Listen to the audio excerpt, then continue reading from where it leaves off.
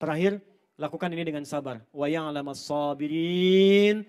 Allah hanya memberikan gambaran kesuksesan bagi orang-orang sabar. Thomas Alva Edison berapa kali membuat percobaan? Lebih daripada 1000 kali. Yang sekarang membuat fried chicken berapa kali membuat percobaan? Ketok setiap pintu. Anda punya ayatnya. Kenapa baru 2-3 kali gagal kemudian Anda kemudian pesimis dari situ? Kembangkan diri kita, jadi orang hebat, sabar, dan mulai sekarang passionnya lakukan. Mulai dari mana? Jamaah. Saya tutup, jamaah itu bukan cuma kumpul. Kenapa ada sholat jamaah, sholat Jum'ah? Jamaah itu duduk, kenali dengan siapa Anda duduk, kemudian saling mengisi di balik semua bakat yang Anda miliki dengan setiap yang Anda kenali itu.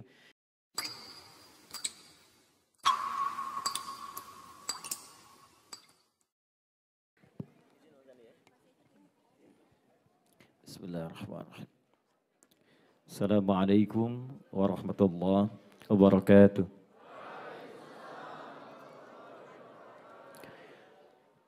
Alhamdulillahilladzi allafa baina qulubina fa asbahna bi ni'matillahi ikhwana.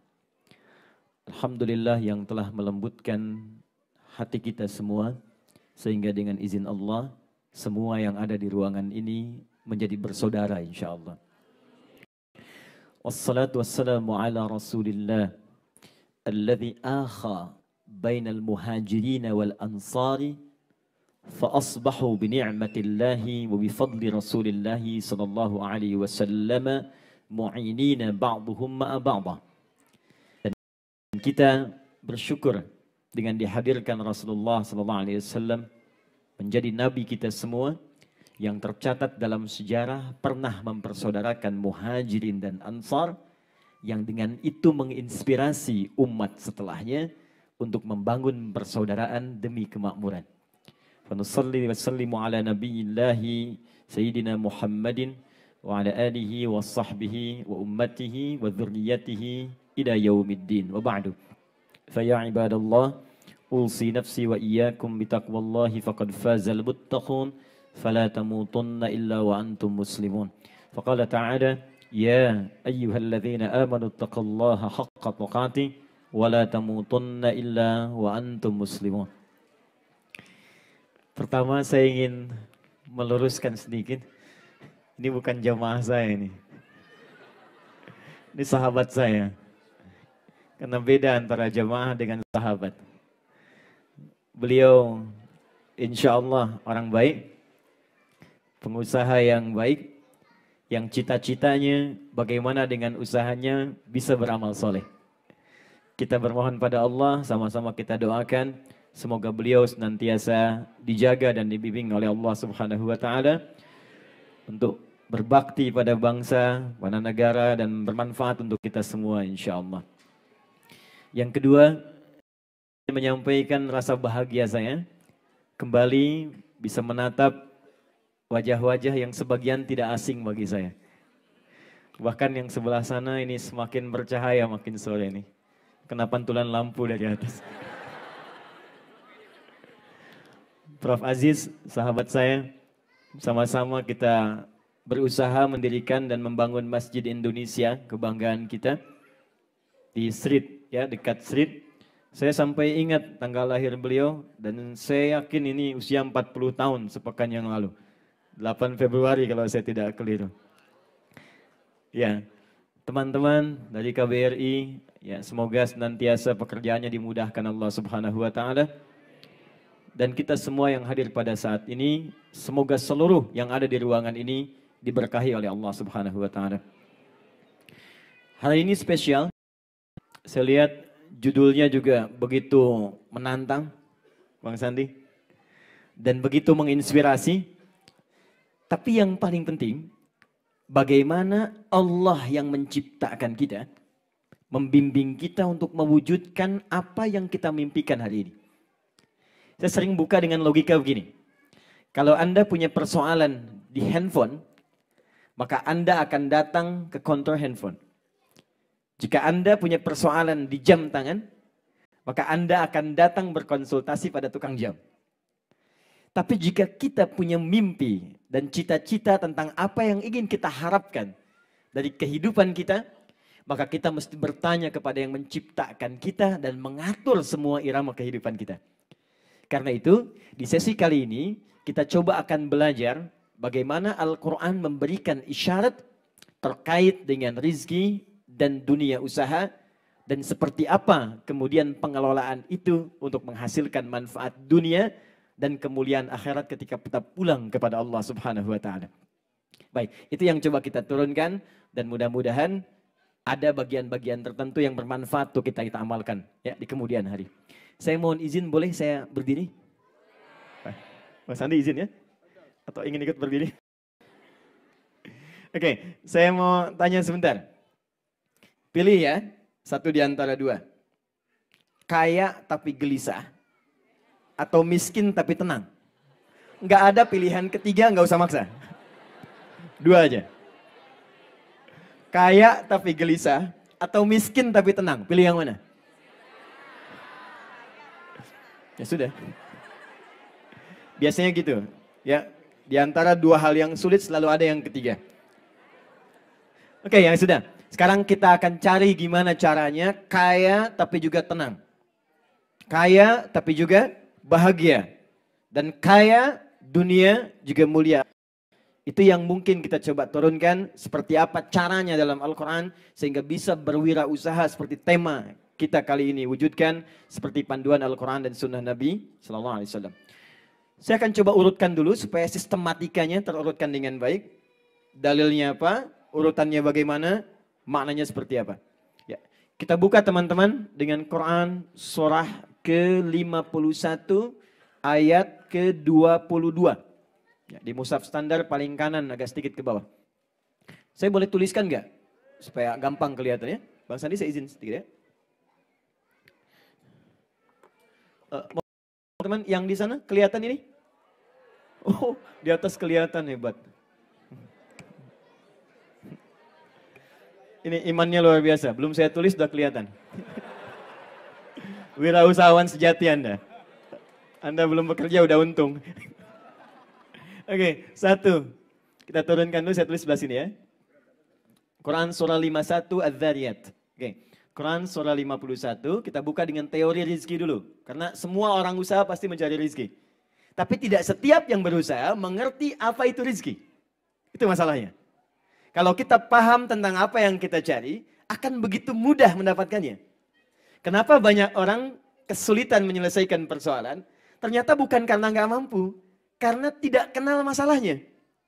Padahal sebagian persoalan itu, kata Quran, ada kalanya sesulit apapun bisa selesai dengan senyuman.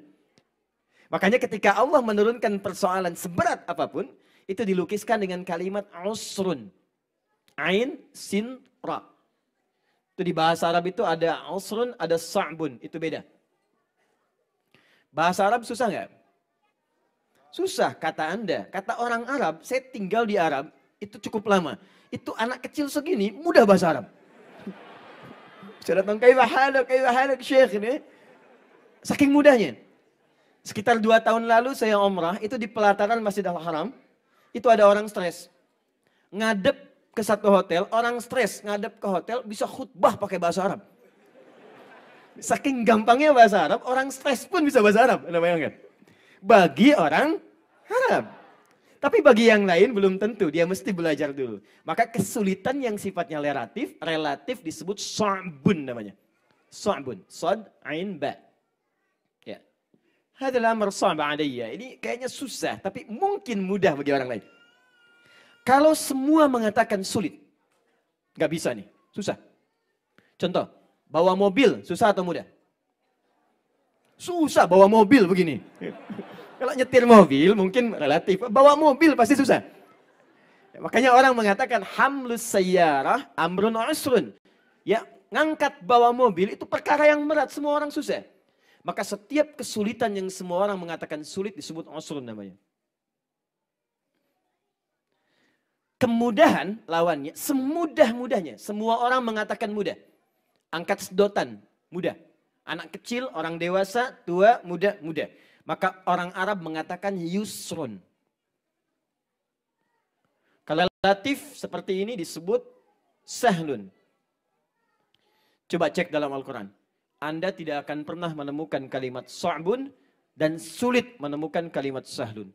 Yang Anda temukan selalu usrun dipasangkan dengan yusrun. Inna ma'al usri. Di balik semua yang sulit itu kata Allah, sebetulnya aku sudah arahkan. Aku turunkan solusi termudah yang mungkin dengan senyum pun itu selesai. Cuma karena banyak orang tidak mempelajari dunia, maka kemudahan yang tadinya sangat mudah pun tiba-tiba kemudian bisa berubah menjadi kesulitan yang tak mampu diselesaikan. Karena itu kita terapkan rumus ini dalam kajian kita saat ini. Kita kenali dulu bagaimana sifat rizki dalam Al-Quran. Quran surah 51 Adz-Dzaniyat ayat ke-22.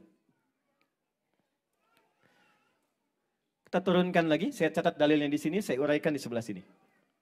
Quran surah kedua turunannya ayat 168. Kemudian kita petakan lagi. Sekarang jadi pilihan, Anda mau cukup, mau kaya. Diberikan pilihan oleh Allah. Quran surah ke-53 ayat 48. Atau kaya banget atau ngetan kayanya. Ada 3 nanti. Kemudian dari sini diturunkan contoh Quran surah 2 ayat 215. Saya tuliskan dalilnya dulu baru saya gali detailnya. Turun lagi ke sini, kita mulai masuk ke fase passionnya. Quran surah ketiga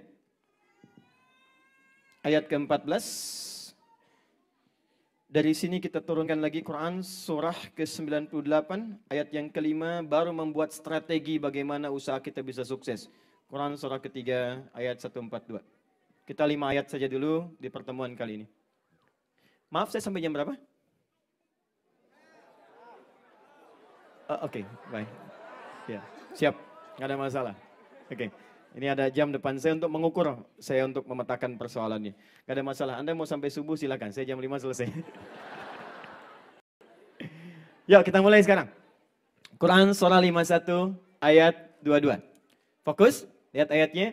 Wa fis samai rizq wa ma tu'adun. Ada ayatnya? Oke. Wa fis samai, dan di langit itu, berbicara di langit berarti sudah urusan Allah. Wa fis samai rizqukum. Kalau kita terjemahkan dengan bahasa tafsirnya, Allah sudah tetapkan rizki kalian semua tanpa dikurangi sedikit pun sesuai dengan maslahat kehidupan kita. Awas hati-hati. Wa ma tu'adun, dan dijanjikan oleh Allah akan diberikan kepada kita tanpa pernah tertukar dan sesuai dengan porsi kebutuhan kita. Jadi dari ayat ini Allah ingin menerangkan satu, rizki kita itu teman-teman sekalian sudah teratur. Sudah ada porsinya. Karena itu dari sini turunannya, kalau sudah kita tahu bahwa kita mendapatkan bagian dari rizki, tak tertukar dengan orang lain, maka jangan pernah terfikir untuk mengambil bagian orang. Jadi mencuri itu nggak ada gunanya. Curang itu tidak ada gunanya. Korupsi hanya memberikan beban. Karena kalau itu bukan punya Anda, tetap akan dibalikan lagi pada orang yang punya. Jadi kalau orang paham tentang bagian satu saja di ayat ini, maka dia akan mengerti untuk tidak berbuat yang tidak semestinya dalam mencari rezeki. Di bagian pertama kata Allah, kalaupun kau hidup, mustahil ada orang hidup tidak akan mendapatkan rezeki dari hidupnya. Mustahil. Jelas? Di bagian pertama kita mesti yakin. Jadi ini ayat optimisme. Tidak ada ayat pesimis dalam Al-Quran. Kata Allah, kalian semua mesti optimis. Setiap kita punya bagian rezeki yang telah ditentukan. Jangan pernah ngambil punya orang. Jangan pernah berbuat curang, karena itu hanya akan menyulitkan diri sendiri. Saya di Indonesia kemarin membuat statement pada sebagian kawan-kawan. Kalau Anda terfikir berbuat curang dalam niaga, mau korupsikah itu, mau berbuat nyogokkah, mau mencurikah, maka Anda akan menyulitkan diri sendiri dan khawatirlah, sayangilah keluarga Anda. Kan bapaknya yang korupsi, anaknya yang dibully. Anaknya yang mencuri, ibunya yang menangisi. Apa tak sayang dengan keluarga kita yang ada di rumah? Dan itu hanya menyusahkan diri sendiri. Begitu diselesaikan oleh Allah, saking sayangnya ini bukan hak kamu. Kembalikan kepada orang lain. Maka diambil dia, diisolasi dulu, diambil semua hartanya. Itu bagian orang yang dikembalikan kepada pemiliknya. Karena itu sekali lagi, mesti optimis bagian pertama. Rizki telah Allah tetapkan untuk kita. dan jangan pernah berbuat kotor dalam mendapatinya. Sepakat? Oke. 2. Pelan-pelan. Rizki yang telah diatur ini, kata Allah, aku janjikan akan diberikan kepada setiap hamba sesuai dengan kebutuhan porsi hidupnya. Di Allah janjikan rizki ini akan diberikan pada setiap hambanya. Dan sempurna. Jadi nggak ada orang hidup yang tidak dapat rizki, mustahil. Bahkan nanti ada hadis Nabi mengatakan, setiap hamba mustahil dia akan wafat kecuali diberikan rizkinya dengan sempurna terlebih dahulu. Baru dia wafat. Jadi jangan khawatir, sepanjang kita hidup, rizki kita itu pasti jadi bagian kita. Nah cuma sekarang caranya, kalau kita sudah tahu Allah tetapkan dan dijanjikan diberikan, bagaimana cara kita mendapatkannya? Baik, turun ayat berikutnya, saya agak cepat karena waktunya terbatas. Pindah ke Quran surah kedua ayat 168. Paling kanan sebelah bawah di mushaf standar. Perhatikan baik-baik.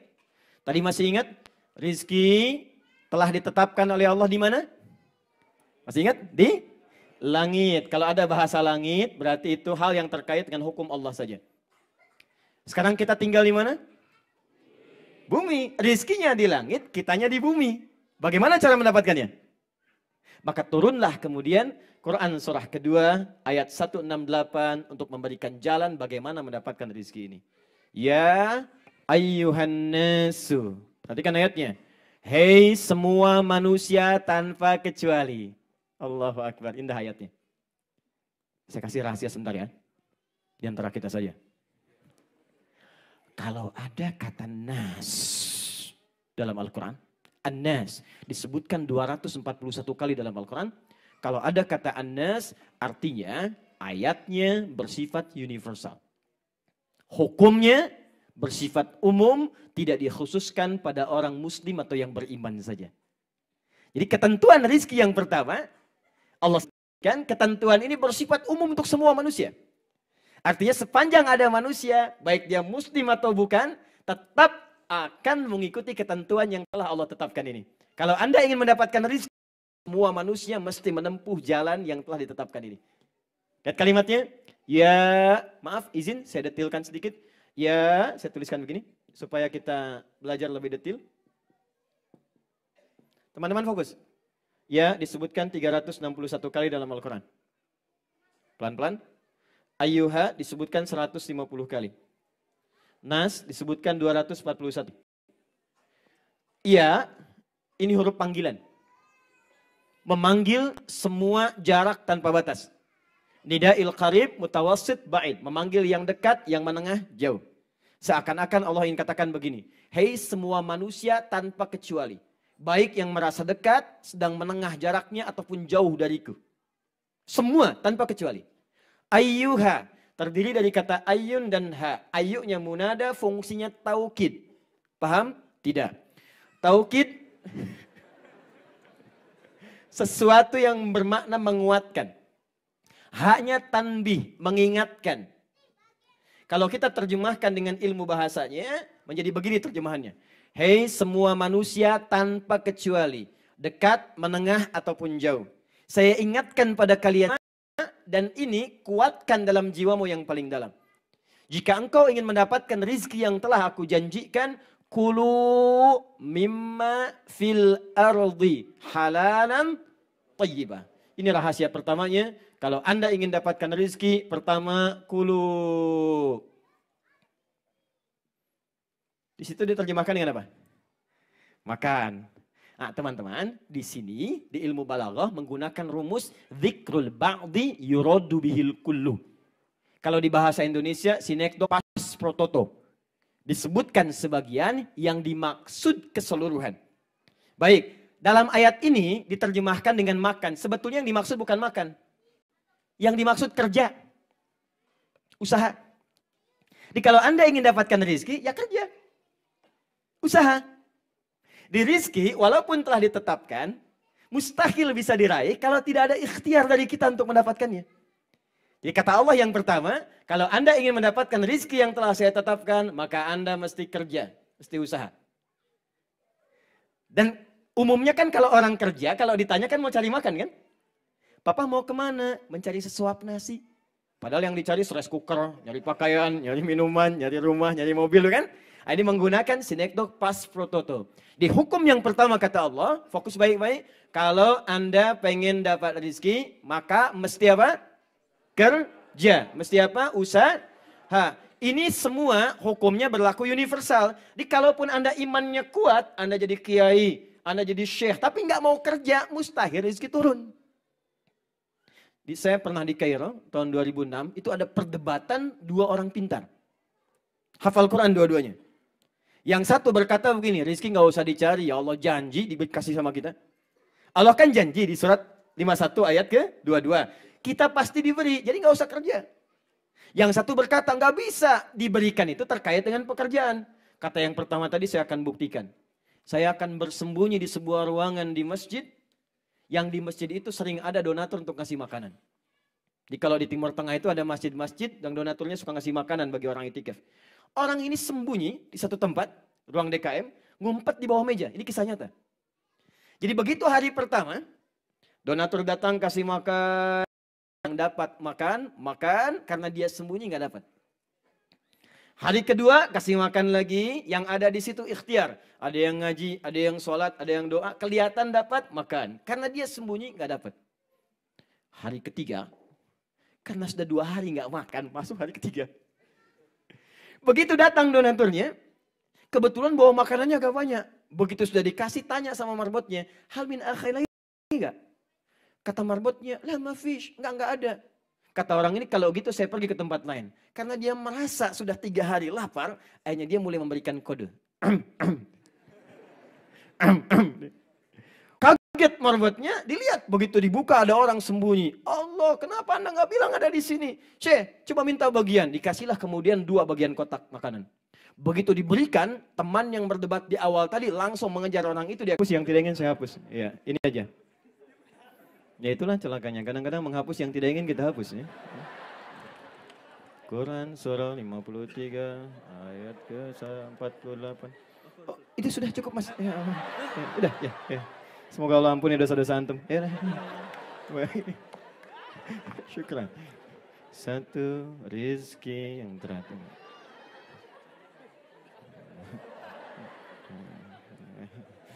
Oke, sudah. Jadi kalau kita rezeki mesti apa? Usaha. Mesti usaha. Kerja. Yang penting kita bergerak. Bagaimana bergeraknya? Pertama Allah berikan peluang tempatnya dulu. Mimma fil ardi. Lihat. Fokus. Tadi rezeki ditetapkan di mana? Di langit. Tadi tulisannya di sini. Langit. Sekarang kita ada di mana? Bukan, kita di Jepang. Oke? Jepang bagian dari bumi, diturunkan ke bumi. Nih, ini yang paling menarik. Bahasa Al-Qur'annya bumi disebut dengan ardun. Tapi sebelum menyebutkan kalimat al-ard, Allah awali dengan kalimat min dan ma. Disatukan jadi mimma, asalnya begini. Minnya bermakna tab'id, sebagian yang bisa dijangkau. Maknya menunjuk bagian dari bumi. Kata Allah, hei kalian tinggal dimanapun di bumi, kalau pengen rezeki silahkan. Cari kerja usaha di tempat manapun yang Anda bisa jangkau di bumi. Jangan pernah putus asa. Anda nggak dapat tinggal di Bandung, merantau ke Jakarta. Nggak dapat di Jakarta, ke Sumatera. Sumatera nggak dapat, Kalimantan. Kalimantan nggak ada peluang, Papua. Nggak dapat peluang Papua, ke Jepang. Sepanjang bagian dari bumi. Dimanapun yang Anda bisa jangkau, ayo cepat kreatif. Sepanjang Anda kerja, kalau Anda mau usaha, rezeki turun. Tapi kalau Anda nggak mau usaha, nggak mungkin datang. Sekarang di Indonesia saja kreativitasnya tinggi. Kadang cuma modal peluit, plit. Mari Pak. 2.000, terima kasih Pak. 3.000, terima kasih Om. 5.000, makasih Bos. Bayangin tuh. 3.000 jadi Om, 5.000 jadi Bos. Jadi kalau Anda mau bekerja, mau usaha, mau kreatif, jadi dapat. Ya, kembalikan. Jadi pertama prinsipnya rezeki sudah diatur, jangan berbuat curang. Yang kedua, Allah ajarkan untuk mendapat rezeki itu mesti apa? Usaha. Baik, ini poinnya. Rezeki mesti dicari dengan usaha. Kerja. Oke, 3. Pelan-pelan. Turunkan lagi. Sekarang, ini yang paling menarik. Sebelum Anda usaha, sebelum kita kerja, maka Allah berikan dulu pelurusan fisik kepada kita. Orientasi kerjanya yang dikaitkan dengan rezeki itu, capaiannya mau jadi apa? Goalnya mau apa? Ngapain Anda kerja? Apa hasil yang akan digunakan dari pekerjaan itu? Supaya ketika kita memulai mencari pekerjaan itu, kita punya bimbingan dengan arah yang jelas. Ini visinya akan begini. Maka terkait kekayaan ini, terkait rezeki ini, Allah bagi klasifikasi manusia kepada 2 bagian. Yuk, buka Quran surah ke-53 ayat ke-48. Ini nanti saya simpan dulu. Turunkan ke sini Quran surah 53 ayat 48. An-Najm ayat 48. Jadi semua yang kerja, semua yang usaha itu cuma akan masuk pada 2 klasifikasi ini. Enggak ada yang ketiga. Wa annahu huwa aghna wa aqna. Ada ayatnya? Oke, Quran surah 53 ayat 48. Dan dialah Allah yang telah menetapkan, mengatur manusia terkait rezeki itu ada 2 golongan. Kalau bukan menjadikan orang itu kaya karena ikhtiar usahanya atau cukup untuk memenuhi kebutuhannya. Di dalam pencarian rezeki ini teman-teman untuk berusaha, visi yang kita bangun ada 2 bagian. Fokus baik-baik. 1, silahkan Anda bekerja, silahkan berusaha, maka orientasi pertama ada orang yang cari rezeki sekedar yang penting cukup hidup sajalah. Ya, yang penting pas butuh ada, pas mau makan ada, pas mau kerja ada, gitu kan? Pas mau tidur ada kelengkapannya. Jadi ada orang yang memang pola hidupnya yang penting cukup. Gak perlu terlalu banyak. Apa poinnya? Yang penting ketika saya butuhkan, itu ada. Dan itu ketika diajarkan oleh Nabi, dipilih passion oleh beberapa sahabat. Jadi walaupun hidupnya cukup, tapi berkah hidupnya. Keadaan rizkinya yang penting didorong mencukupi kebutuhannya. Dan sampai sekarang apa yang beliau dapatkan abadi. Abu Hurairah, banyak lagi. Di golongan orang-orang yang biasa, fashionnya cukup, tapi bahagia di dunia dan mulia di surga. Bilal. Siapa yang kenal Bilal bin Rabah? Wah, kenal bagus nih. Sekali lagi bilang kenal saya pulang. Saya pernah ke Sukabumi ceramah. Apakah Bapak Ibu kenal Firaun? Kenal. Waduh, hampir saya turun dari panggung. Bilal itu kan dikenal orang biasa-biasa, tapi semua rezekinya cukup. Cukup untuk apa? Cukup untuk memenuhi passionnya. Yang penting saya bisa azan. Begitu orang lain misalnya datang Idul Adha nyembelih kambing, beliau nyembelih ayam. Bukan ayam untuk kurban, karena ayam bukan masuk klasifikasi hewan kurban. Tapi bagaimana saya bisa berbagi dengan harta saya yang cukup? Itu poinnya. Ada orang yang penting kerja untuk mencukupi kebutuhan hidup. Tapi ada yang kedua. Yang memang passion dunianya di situ dan mencari surganya dengan itu. Kalau Bilal kan cari surga dengan tenaga, azan. Ali cari surga dengan ilmu. Ada ilmunya yang nggak sampai ke Ali, tenaganya nggak sampai ke Bilal. Sudah ngajar nggak bisa, azan pun nggak mampu. Tapi punya passion yang lain yang dengan itu bisa mendapatkan surga. Maka kata Allah, saya beri jalan untuk mendapatkan yang kedua, yang lebih dari yang pertama. Aghna, saya jadikan kaya. Jadi kalau Anda mau usaha, Anda mesti pilih dulu passionnya. Mau cukup atau mau kaya? Kaya pun dibagi 3 lagi. Kaya biasa, kayak Abu Bakar. Kaya banget, kayak Utsman. Yang ketiga, kebangetan kayanya. Kayak Abdurrahman bin Auf. Abdurrahman bin Auf, nanti kita belajar kalau masih ada waktu, saya tunjukkan cara Nabi mengatakannya. Dari modal pakaian saja, setahun jadi orang paling kaya di kota Nabi, di Madinah, yang asetnya, bahkan kapaknya saja terbuat dari emas. Setahun. Tanya orang paling kaya sekarang. Di situ bawahnya ada Jeff Bezos. Bill Gates sekitar 1.500 triliun. Coba WA sekarang, punya kapak emas nggak? Tom kayu putih cap kapak misalnya. Itu kapaknya terbuat dari emas. Kebangetan kayanya. Apa pekerjaannya? Teman-teman sekalian. Jadi dari situ komentar Nabi katanya begini, kata Nabi. Kalian itu kalau mau kaya, kaya itu biasa.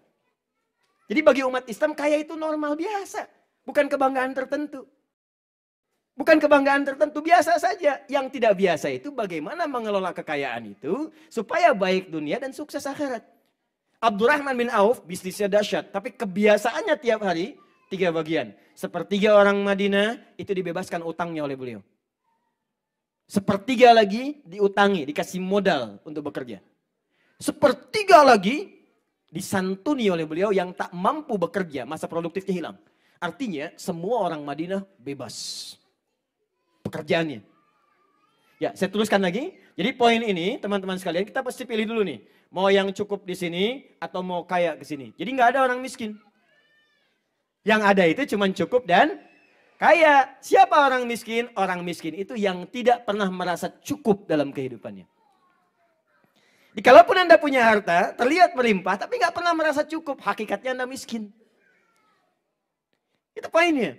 Jadi sebetulnya Allah nggak berkehendak ada orang miskin. Makanya ketika ada orang merasa miskin dibantu dengan infak. Coba lihat ya. Permulaannya zakat. Zakat diberikan pada yang miskin. Quran surah 9 ayat 60. Innamas shadaqatu lil fuqara wal masakin. Dikasih zakat itu, teman-teman, asalnya bukan untuk disantuni. Tapi diberi kail supaya naik dia dari level miskin ke levelnya cukup. Maksudnya di Singapura sekarang, itu ngasih zakat sekarang itu tidak diberikan ikannya. Diberikan, lihat bakatnya apa, passionnya apa, diberikan modal. Silahkan usaha dari sini. Diberi jangka waktu setahun. Diberikan bimbingan. Hari ini Anda mendapat zakat, tahun depan Anda berzakat. Itu poinnya. Kalau masih kurang, dikasih infak. Makanya ayat infak Quran surah kedua ayat 215, itu menyebutkan orang miskin dapat bagian infak. Yas'alunaka madza yunfiqun qul ma anfaqtum min khair falil walidaini wal aqrabin wal yatama wal masakin. Kalau masih kurang, kasih sedekah untuk modal dia. Jadi kalau zakat sudah diberikan gak mau juga, infak dikasih gak mau juga, sedekah dikasih bertahan di miskin juga, memang dia itu yang pengen miskin. Ini poinnya. Jadi pilihan cuma 2, mau cukup atau kaya. Nah, sekarang kita sepakati dulu sebelum kita lanjutkan. Teman-teman di sini pilih mana? Cukup atau kaya? Baru kita berlanjut.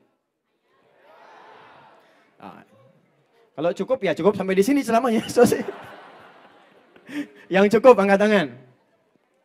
Yang kaya? Alhamdulillah, saya senang ini. Ya. Baik, yang kaya biasa? Yang kaya banget? Yang kebangetan kayanya? Ya, selalu begitulah. Oke, sekarang kita sepakat ya. Kita sepakati dulu, kita memilih pembahasan untuk jadi orang apa? Kaya. Siap kaya? Siap kaya? Siap kaya? Takbir? Wah, mesti siap. Ingat-ingat rumus Nabi, kaya itu gampang. Ya, itu kalimat Nabi. Kaya itu mudah.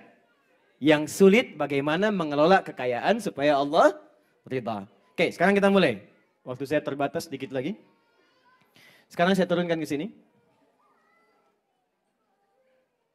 Ya teman-teman, sekarang bagaimana Allah mengarahkan kita untuk berusaha sampai mendapatkan level yang tadi kita harapkan.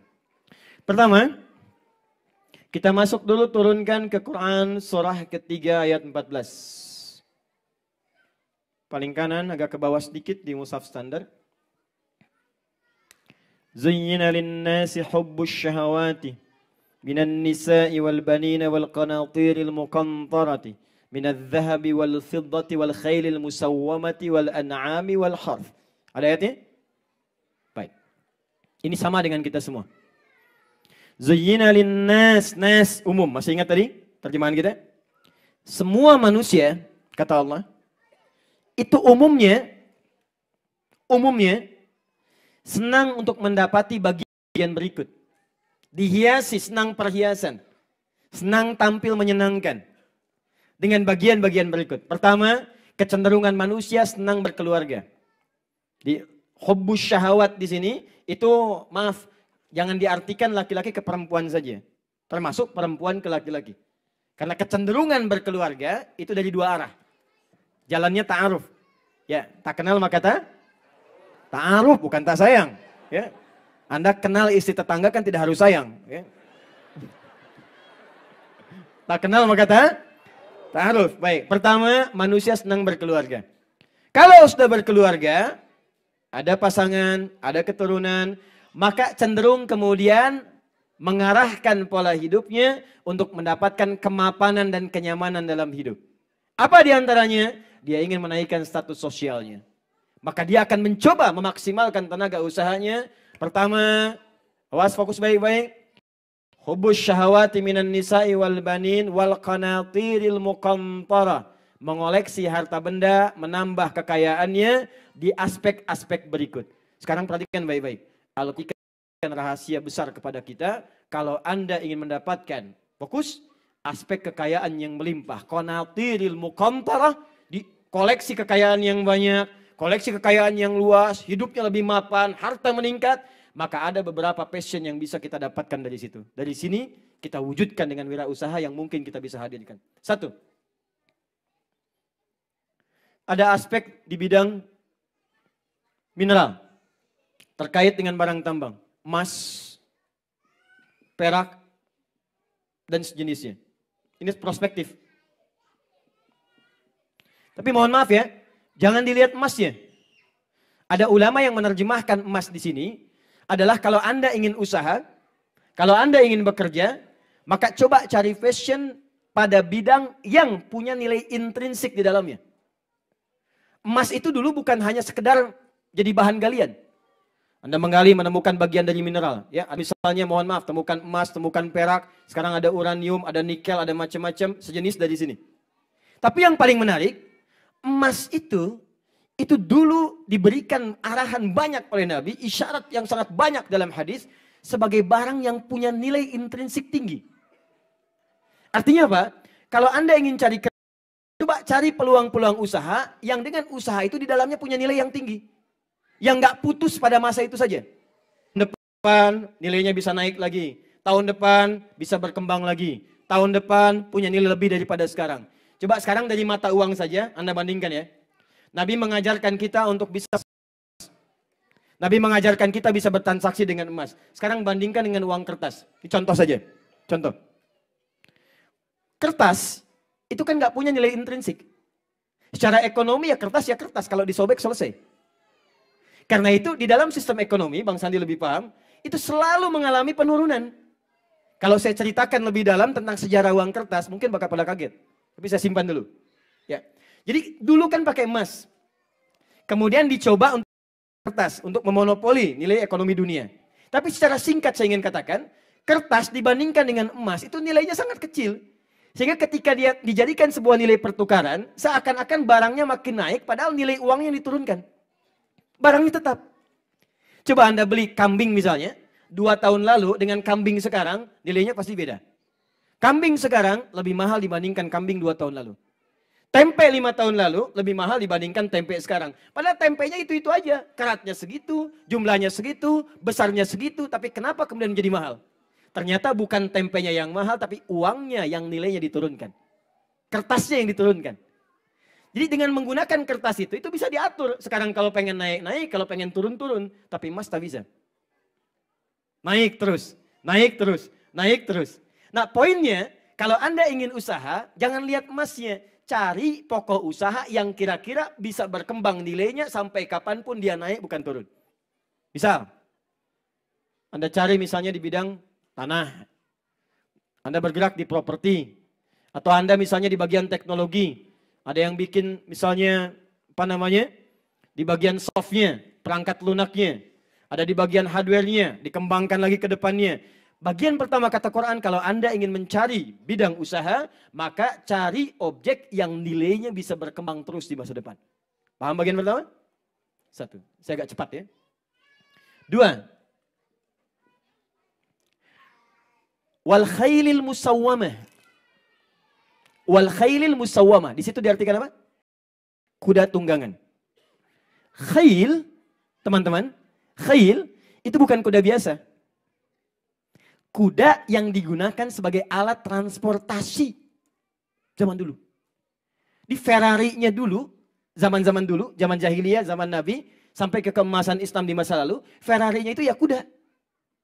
Makanya sekarang Ferrari disebut apa? Kuda? Kuda jingkrak. Bukan kuda Islam. Itu kuda. Khail itu kuda tunggangan. Jadi kalau ada orang miara kuda dulu, orang-orang hebat itu, orang-orang kaya, salah satunya orang yang punya kuda berkualitas. Dalam bahasa Arab, kuda spesial, musawamah itu spesial, yang punya tanda, terpilih.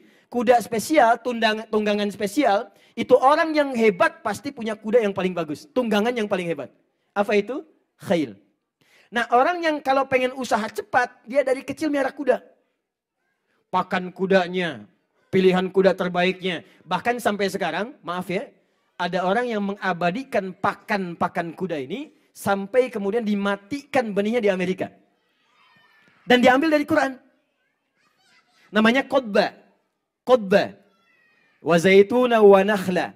Ya, qodba itu asalnya pakan ternak. Sekarang disebut alfalfa. Qodba ini, dulu orang Persia memberikan ternaknya, ya maaf kudanya dengan pakan ini itu tumbuhnya luar biasa, jenis kudanya bagus, larinya juga kencang, keberaniannya tinggi.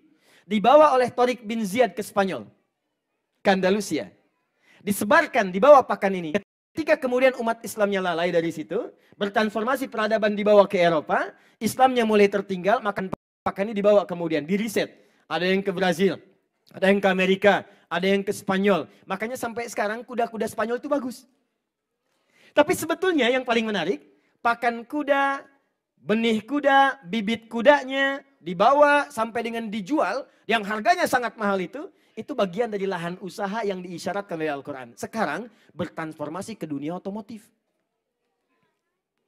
Orang kalau bawa kendaraan kan butuh alat kan? Orang kalau mau bepergian kan butuh alat kan? Dia butuh sepeda, butuh motor, butuh mobil. Mobil dimodifikasi lagi, ragamnya bisa banyak. Kata Quran, kalau Anda ingin bekerja dalam usaha yang mempercepat harta Anda kemudian bisa banyak di situ, salah satunya bisa pilih Anda bisa berkarya di dunia otomotif atau yang terkait dengan itu. Yang setiap kebutuhannya pasti dibutuhkan. Bisa Anda bagian spare part-nya, bisa rangkai mobilnya, bisa ke sistemnya. Nih, sekarang saya share ya, Anda bisa buat di sini. Saya jarang bagi ini. Misal begini. Sekarang kan muncul kendaraan-kendaraan online kan? Ya kan? Ada mobil online, ada ojek online dan sebagainya. Sekarang Anda lihat, pasar paling hebat salah satunya Indonesia kan? Muslimnya berapa? Di atas 200 juta. Kenapa Anda tidak membuat misalnya sistem yang online itu yang mengakomodir umumnya umat Islam di Indonesia? Bikin mobil online yang di dalamnya ada desain misalnya hafalan Quran. Ada belajar menunya sirah Nabi. Ada satu hadis Nabi. Begitu kemudian dipanggil, Anda datang ke situ, drivernya langsung mengatakan, silakan Bu, tujuan kemana? Di sini ada 1 jam, pilihan sambil menghafal Quran dengan metode at-taisir. Apakah Anda ingin melihat sirah Nabi tentang perjuangan ini? Apakah ingin belajar hadis Nabi? Sampai di tujuan. Belum ada yang membuat itu sampai saat ini. Anda ciptakan itu buat seperti itu, kreativitas demikian, Anda baru masuk kepada medianya. Siapa yang bikin Honda sekarang? Siapa yang bikin Mitsubishi? Lihat kekayaan mereka. Karena mereka membaca visi. Dunia otomotif akan dibutuhkan. Saya buat yang ini. Bikin. Kalau Anda tak mampu bikin bagian perangkat kasarnya, setidaknya masuk kepada sistemnya. Bikin sesuatu yang menarik. Apalagi tipikal sebagian masyarakat itu kan punya kecenderungan cepat kaget, gampang kagum. Numpang kagum aja, habis itu hilang. Bikin mall baru, brum ke sana. Belanja enggak. Numpang kagum aja. Balik sini, 3 contoh ya. Ini cuma contoh. Kemudian wal an'am, peternakan. Teman-teman sekalian, an'am itu yang dikonsumsi, hewan-hewan yang dikonsumsi yang bisa diternakkan. Makanya kerbau, sapi, kambing itu masuk bagian hewan-hewan yang diternak. Umumnya disebutkan dengan terjemahan peternakan atau hewan ternak. Tapi prinsipnya adalah sebetulnya Allah ingin memberikan isyarat, ayo satu lagi jadi bidang yang mungkin kita dapatkan passionnya masuk di kebutuhan pokok manusia. Siapa yang gak makan daging sekarang? Coba lihat. Ada yang makan sapi di sini? Ada. Gede begitu gitu kan? Coba lihat. Berapa kebutuhan sapi di Jepang saja sekarang? Berapa kebutuhan ayam di Indonesia sekarang? Saya punya teman pengusaha ayam. Satu kandangnya 45.000. Ya, 45.000 ayam. Sekarang didesain seperti hotel. Hotel ayam. Ayam nginep di hotel. Suhunya diatur. Makannya diatur. Jam sekian lampu dinyalakan. Boom, makan semua. Dia punya 2 kandang, berarti ada 90.000. Itu baru kandang dia saja. Cuma 45 hari selesai. Bayangkan berapa kandang yang ada di Indonesia, kebutuhannya luar biasa. Sehari itu berapa ayam dieksekusi? Berapa ayam? Belum bebek. Bebek selamat, bebek kurang selamat, bebek yang macam-macam. Coba lihat. Ayam, bebek, kambing berapa cow? Ada yang bikin sate kambing, kambing guling, kambing diendapin, kambing macam-macam. Belum ke sapi, belum hewan kurban tiap tahun ada. Itu peluang. Jadi Quran menawarkan kalau Anda pengen cepat mengoleksi kekayaan, salah satunya coba cari yang passionnya kira-kira objeknya kebutuhan banyak orang. Kreatif kita cari. Nanti saat saya masuk kepada ide dasarnya saya turunkan lagi. Pernah dengar nggak? Kenal Abdurrahman bin Auf? Bagus. Abdurrahman bin Auf itu menerapkan tawaran ketiga di Quran ini. Di beliau ketika hijrah ke Madinah, itu kan orang kaya saat di Mekah. Jadi ketika akan hijrah, dirampas kekayaannya oleh orang Quraisy. Kata orang Quraisy, kalau Anda, maaf, ingin kaya lagi, silahkan tinggal di sini, balik ke kepercayaan semula. Kami beri kekayaannya dan kami akan angkat Anda jadi orang terkaya yang punya pengaruh di Mekah. Kalau Anda ingin tetap hijrah ke Madinah, kami rampas semua hartanya, silahkan pergi dengan pakaian yang melekat di badan saja. Saya mau tanya sebentar, kalau teman-teman ikhwan ya, dihadapkan pada pilihan itu, Anda tinggal di Mekah, jadi orang paling kaya, status tinggi, atau hijrah ke Madinah dengan pakaian yang melekat di badan saja, jarak 400 km, yang kalau pakai bis kurang lebih 4-5 jam baru sampai. Semua kekayaan Anda datang ke sana. Anda cuma punya 1 triliun, dia punya 1.500 triliun. Pertanyaan saya, Anda tinggalkan harta Anda untuk ke sana atau Anda bertahan dengan harta Anda? Anda tinggalkan, datang ke sana, karena dia tawarkan sebagian dari harta dia diberikan pada Anda. Apa yang dia punya dikelola oleh Anda. Maka cara berpikirnya, saya datang ya Allah dibandingkan dengan harta yang hanya secuil saja. Maka ditinggalkan hartanya, beliau berangkat ke Madinah. Tapi istrinya Bu. Ya kadang hijrah itu problemnya kan orang terdekat kita. Ya kan? Anda mau pindah, mungkin gak sepakat pasangan. Istri mau berjilbab, mungkin suami yang protes. Bisa jadi demikian. Ditawarkan istrinya, apa engkau akan tinggal di sini semua harta suami milikmu. Dan kau bisa pilih pemuda paling tampan di Mekah, kami fasilitasi untuk menikah. Atau yang kedua, engkau tetap hijrah dengan suami ke sana, bawa pakaian saja belum tentu selamat sampai Madinah. Kalau ibu jadi istri Abdurrahman bin Auf pada saat itu pilih mana? Tinggal di Mekah jadi orang paling kaya, bebas memilih remaja, bahkan pemuda paling tampan saat itu, atau pindah ke Madinah ikut suami dalam keadaan fakir. 1 atau 2? Oh masa? Percaya saya. Tahu nggak 2-nya itu? Sambil menengok ke sini, 2. Ternyata istrinya memilih tinggal di Mekah, teman-teman. Tinggal di Mekah, suami berangkat. Ini yang mau saya katakan. Begitu berangkat ke Madinah, hebatnya orang Madinah. Orang Madinah itu kenapa disebut Ansor? Ansor itu mau membantu apa yang dibutuhkan. Membantu apa yang dibutuhkan sekalipun ia membutuhkan apa yang diberikan itu. Itu Ansor. Dan sesuai sifatnya. Jadi kalau ada orang lapar, yang bantu yang punya makanan. Orang haus, yang bantu yang punya minuman. Ini nanti diabadikan di Quran surah 59 ayat 9 sampai 10. Wa yu'thiruna ala anfusihim walau kana bihim khassasah. Nah, qadarullah, Abdurrahman bin Auf ini pernah kaya, jatuh fakir. Maka ketika datang ke Madinah disambut oleh orang paling kaya di Madinah. Yang sudah muslim. Dan dia tahu hukumnya, dia tahu passionnya. Ya. Kebiasaan orang kaya itu kan punya kebiasaan yang beda dengan orang yang belum kaya. Passionnya berbeda. Kalau di rumus fisika kan F1 sama dengan F2 kan?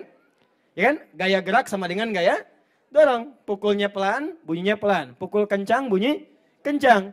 Kalau misalnya maaf sekali, income-nya Ferrari, ya gayanya kan keluarnya beda. Kalau angkot kan lebih tawadu, nunduk, sedekah. F1 sama dengan F2. Tapi jangan tinggalkan karena belum selesai kan bab gayanya. Bukankah di hukum Pascalnya sama persamaannya F berbanding lurus dengan P? Gaya berbanding lurus dengan tekanan kan? Semakin banyak gaya, semakin tertekan hidupnya.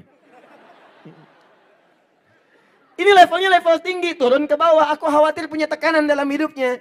Dia salah baca, dia lupa bahwa Abdurrahman bin Auf sudah mendapatkan training dari Nabi selama 12 tahun. Bahkan fase 13 tahun itu hijrah ke Madinah. 13 tahun training dari Nabi. Maka beliau tawarkan, akhil karim, lihat kalimatnya. Sami'tu annaka kunta ghaniyan. Aku dengar dulu engkau pernah jadi orang kaya. Kalau engkau ingin kaya lagi, khudh nisfa mali. Allah. Ambil setengah kekayaan saya. Aku dengar kau ditinggalkan istrimu. Kalau ingin menikah lagi, pilih perempuan paling cantik di Madinah. Aku fasilitasi walaupun itu bagian dari kerabatku. Gantian ya Bu ya. Antum nih. Dari sini tiba-tiba Anda hijrah misalnya. Tiba-tiba ada orang Osaka mengatakan, kalau Anda ingin kaya, ambil setengah kekayaan saya. Kalau ingin nikah, pilih perempuan paling cantik di Osaka, saya fasilitasi. Saya tanya pada Anda, pilihan itu diterima atau tidak ditolak sama sekali? Percuma nawarin ditolak Bu, pasti pilihnya yang lain. Lihat nih jawabannya, lihat jawabannya. Jazakallahu khairah. Semoga Allah berikan pahala kepada Anda. Arini ainal aswaq. Ini yang mau saya tanamkan di kesempatan kali ini. Semoga Allah berikan pahala kepada Anda atas kebaikan Anda tawaran ini. Orang paling kaya di Madinah nawarin setengah harta saya ambil. Kalau dia punya aset 10 triliun, 5 triliun ambil deh. Luar biasa. Tapi jawabannya apa? Semoga Allah berikan pahala kepada Anda. Perhatikan baik-baik. Arini ainal aswaq. Cukup tunjukkan padaku di mana pusat bisnisnya. Tunjukkan padaku di mana pasarnya. Tunjukkan padaku di mana objek niaganya. Di mana pusatnya. Karena ternyata sebelum berangkat ke Madinah dibekali oleh Nabi dengan pendidikan sholat. Nanti lain waktu kita bahas dengan lebih dalam. Ternyata sholat itu dari gerakan sampai bacaan. Itu ada maknanya teman-teman. Termasuk berdiri, tegak ini kan diatur. Kenapa tegak begini? Kenapa kakinya lebarnya diatur? Tidak terlampau lebar, tidak terlampau sempit. Itu ada aturannya. Di antara kaitannya dengan pola hidup kita. Kalau Anda masih mampu menegakkan diri, jangan gantungkan hidup Anda pada orang lain. Ini yang diambil oleh Bung Karno dengan kalimat berdikari. Berdiri di atas kaki sendiri. Itu para ulama kita dulu dekat dengan para umarah. Ya. Hasan itu kan sering. Rahimahullah surat menyurat dengan Bung Karno. Berikan gambaran. Pemimpin kita dulu sering. Sampai sekarang Alhamdulillah. Beri masukan. Sampaikan. Tegakkan dirimu, jangan gantungkan hidup pada orang lain. Apa yang maka dipakailah kemudian ajaran-ajaran Nabi dengan bakat passion management yang beliau tahu. Dibidik oleh beliau, satu di antara turunan ini, beliau masuk pada yang ketiga. Orang Madinah kebutuhan kambingnya banyak. Maka di situ jadi penyalur. 3 bulan pertama. Jadi penyalur kambing, ambil dulu dari pusatnya, salurkan, dapat bagian bonus tambahan dari situ. Modalnya dikumpulkan, beli kambing lagi. Kambing kan cepat beranaknya. Beli kambing 2, sudah beranak. Ya, dipakai lagi itu sambil nyalurkan, dia naik. Tuh, saking dahsyatnya, bayi kaget. Jadi sambil nyalurkan, yang ini tumbuh. Apa yang terjadi teman-teman sekalian? Cuman setahun dengan bakatnya ini dan dikembangkan kepada unit bisnis yang lain. Ketika maju di sini, pelajari passion yang lain, dia kembangkan yang lain. Setahun jadi orang paling kaya di Madinah. Yang kapaknya tadi sudah terbuat dari emas. Satu kali Madinah goncang. Dok, dikduk, dok, dikduk, dok, dikduk, dok, dikduk. Ada apa ini semua keluar? Ternyata di luar sudah ada kafilah 600 unta. Yang di atasnya semua setiap untanya isinya berupa mutiara, emas, perak dan sebagainya. Kalau sekarang 100 truk, di dalam setiap truk ada kumpulan emas, mutiara, perak, macam-macam. 600 truk. Punya siapa? Abdurrahman bin Auf. Begitu Madinah heboh, Aisyah berkomentar radhiyallahu ta'ala anha. Aku dengar Nabi pernah menyampaikan Abdurrahman bin Auf masuk surga dengan merangkak. Merangkak itu maksudnya, maaf, bukan merangkak begini. Ya, hisabnya hartanya banyak. Banyak. Ya, nggak apa-apa, kaya merangkak masuk surga juga daripada miskin gak jelas, kan? Di sini, masuk surga dengan merangkak, maksudnya apa? Scanningnya mungkin agak lama nih karena banyak. Karena ingin ke surganya cepat, kata Abdurrahman bin Auf, itu yang banyak, itu yang 600, aku sedekahkan semua untuk orang Madinah. Sampai dari situ punya kebiasaan, membebaskan utang, bebaskan ini. Tapi beliau untung aja. Nanti kalau kita mau belajar lebih detail, bagaimana pola usahanya, itu lebih dahsyat. Beliau tidak pernah mau kredit, tunai. Tapi saya nggak mampu. Kalau nggak mampu nggak usah beli. Ini saya kasih katanya. Ya. Dan sekarang yang pakai teman-teman kita yang dari Cina rumus itu. Walaupun cuma untung 50.000, 5.000 rupiah, 3.000. 3.000 itu kan untung 1 juta barangnya kalikan. Itu pola itu dipraktekkan Abdurrahman bin Auf. Ya, saya lompat-lompat sedikit ya. Jadi ini poinnya. Kalau kita bisa lihat lagi yang keempat. Sekarang ini kita butuhkan terutama di Indonesia. Teman-teman bisa riset dari sekarang. Ya. Wal harf.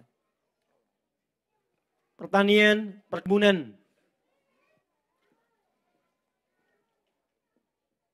Perkebunan. Kalau ini maaf ke hewani, ini ke nabati. Nih pangan, ketahanan pangan. Sekarang semua negara ingin bergerak ketahanan pangan. Kalau Anda mau riset, Anda keluarkan ayat-ayat Quran. Ini sekarang kami sedang mengembangkan riset di Indonesia. Beberapa riset yang dikeluarkan dari Al-Quran dikembangkan dan itu sangat bermanfaat. Salah satunya ke pencapaian wirausaha ini. Teman-teman, di Quran itu ada banyak ayat yang memberikan kepada kita isyarat akan kebutuhan manusia. Saya mau tanya gini, yang menciptakan manusia siapa? Allah. Sekarang Allah kasih informasi, ini kebutuhan pokok manusia. Dikasih informasi 15 abad yang lalu, kenapa nggak kita kumbuhkan sekarang? Dan ternyata sekarang sebagian orang ngembangkan, dan yang ngembangkan kebanyakan non-muslim, kita yang punya teorinya. Tapi jangan salahkan teman-teman non-muslim, karena mereka mau ngembangkan. Itu kompetisi. Kita yang harus bergerak untuk meriset, kembangkan lagi. Nggak ada masalah di situ. Tuh sekarang, mohon maaf ya. Apa yang paling dibutuhkan makanan pokok sekarang di komunitas masyarakat kita? Di kita mungkin beras. Lihat teman-teman sekalian. Kebutuhannya kan didorong oleh syariat agama. Ada kebutuhan zakat, ada kebutuhan untuk Idul Fitri, ada zakat fitri. Pasti yang diambil makanan pokok. Itu baru zakat. 200 juta orang mau zakat dari makanan pokok. Apa Anda kira beras akan bertahan? Kenapa Anda tidak coba kembangkan kurma? Saya share satu ayat dengan kakak saya. Dia riset kurma. Dia kerjasama dengan kawannya peneliti di sebuah kampus. Dia kemudian datang ke Thailand. Dia kembangkan sampai sekarang jadilah kurma tropis itu. Di Indonesia. Cuman sebagian ada yang salah menggunakan. Itu tadinya riset dari Quran. Ada isyarat di Quran nih jenis kurma yang seperti. Karena kurma banyak. Ada kurma misalnya yang setengah matang disebut balha. Ini kegunaannya begini. Ada kurma rutob. Ya kurma rutob ini sering salah persepsi. Sebagian orang hanya tinggal dimakan untuk menambahkan daya glukosanya saja. Untuk menambah energi. Padahal kurma ini bagus untuk ibu yang sedang mengandung. Ya, karena mempermudah untuk kelancaran persalinan. Ada kurma yang sekarang dikembangkan. Dahsyatnya kurma tropis, dia tidak mengalami balha tapi langsung masuk kepada kebutuhan pokok. Jadi begitu dia didapatkan, gak usah dimasak lagi, itu langsung buahnya seketika jadi makanan pokok. Dia gak melewati proses balha. Tuh riset. Belum ada yang lainnya lagi. Di poinnya apa? Kalau Anda ingin mendapatkan poin-poin tertentu sebagai bagian dari inspirasi untuk berwirausaha, kata Quran cari bidik komoditi-komoditi yang sekiranya banyak orang membutuhkannya. Bikin visi yang dalam, buat visi yang jauh. Nah ini baru sampai contohnya. Setelah passionnya didapatkan, Anda pilihkan, maaf, saya ingin bergerak di bidang ini saja. Baik di barang tambang atau mineral. Air saja sekarang lihat. Sekarang pertentangan di bidang air sudah tinggi sekali. Di pasal 33, ya, bumi, air dan isinya dikuasai oleh negara dan diperuntukkan ya sebesar-besarnya untuk kemaslahatan bangsa atau masyarakat. Sekalian kan, maaf ya, bumi, air, kenapa air disebutkan di situ? Bagian mineral. Dan air porsinya banyak disebutkan dalam Al-Quran dibandingkan dengan daratan. Sekarang siapa yang bikin air kemasan tuh? Coba Anda bayangkan. Kenapa Anda tidak bikin misalnya, Masya Allah, air Ar-Rayyan. Ar-Rayyan itu kan pintu bagi orang puasa. Maksudnya kalau mau buka pakai air ini. Bikin teknologi Anda. Kembangkan lagi. Anda bikin pakaian. Orang sholat pasti pakai pakaian. Sarung, bikin sarung. Anda bikin terapan sekarang. Sarung anti banjir. Maksudnya bagaimana? Kalau banjir naikin ke atas.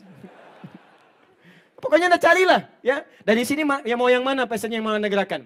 Apakah yang di bidang ini, apa otomotif, apa yang pokok-pokok, intinya yang orang banyak butuhkan yang mempercepat sekiranya ketika Anda geluti itu, pundi-pundi kekayaan bisa bertambah, harta Anda bisa bergerak dengan cepat. Bidang itu bisa dikembangkan jadi unit-unit yang lainnya.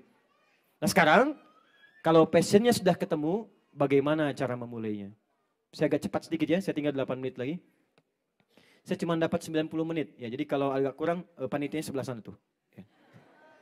Saya agak cepat, lihat sini. Nah ini tahapan yang paling pentingnya. Ustaz saya sudah pilih, saya akan bergerak di bidang yang ini saja. yang ini saja. Saya yang ini saja. Saya yang ini saja. Anda silahkan tetapkan dari sekarang. Sekarang setelah ketahuan bagaimana cara menjalaninya. Pelan-pelan. Pindah ke Quran surah 98 ayat 5.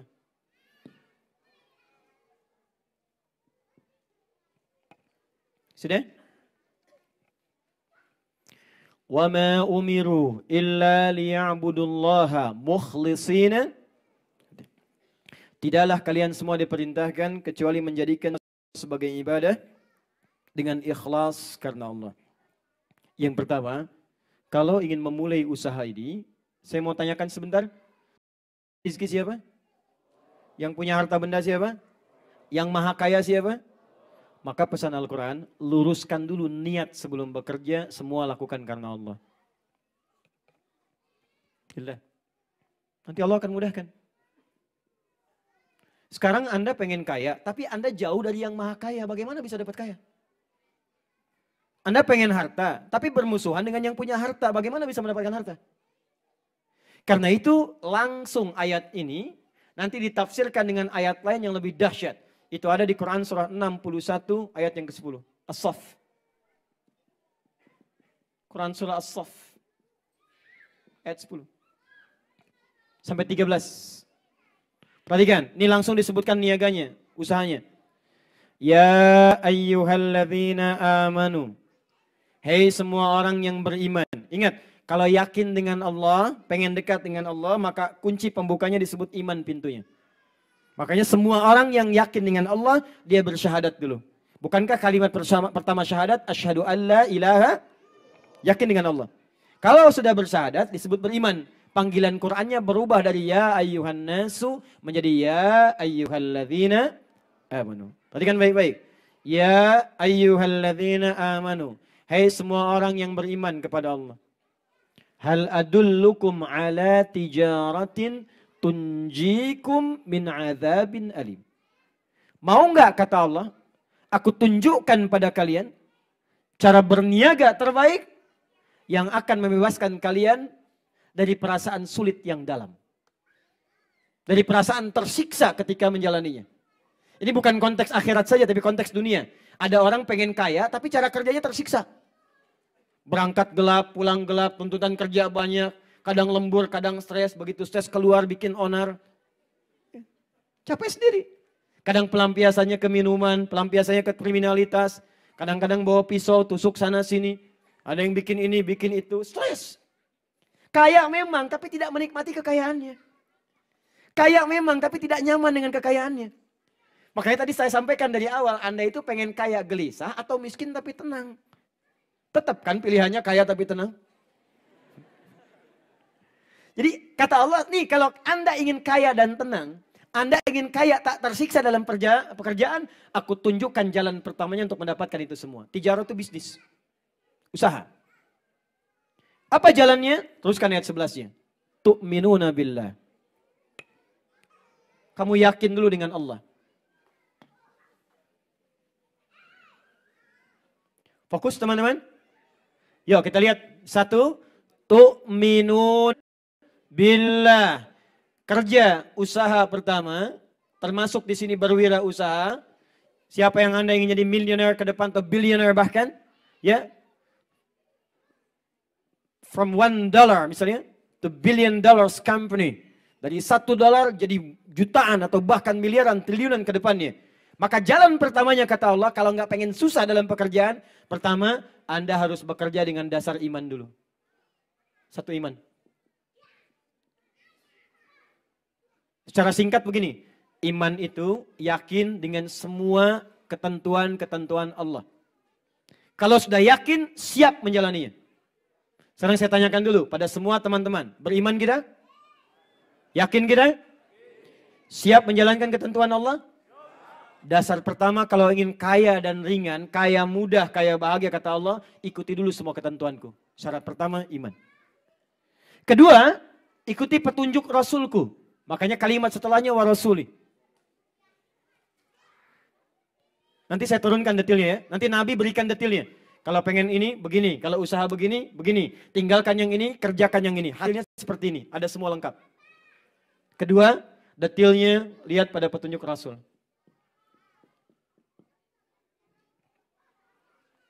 Oke, sekarang kita turunkan. Bagaimana cara memulai pekerjaan dengan iman tadi? Buka Quran surah kedua ayat 172. Al-Baqarah 172.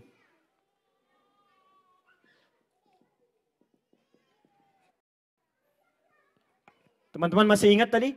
Waktu saya jelaskan yang pertama, rizki ditetapkan. Langit diturunkan kemana?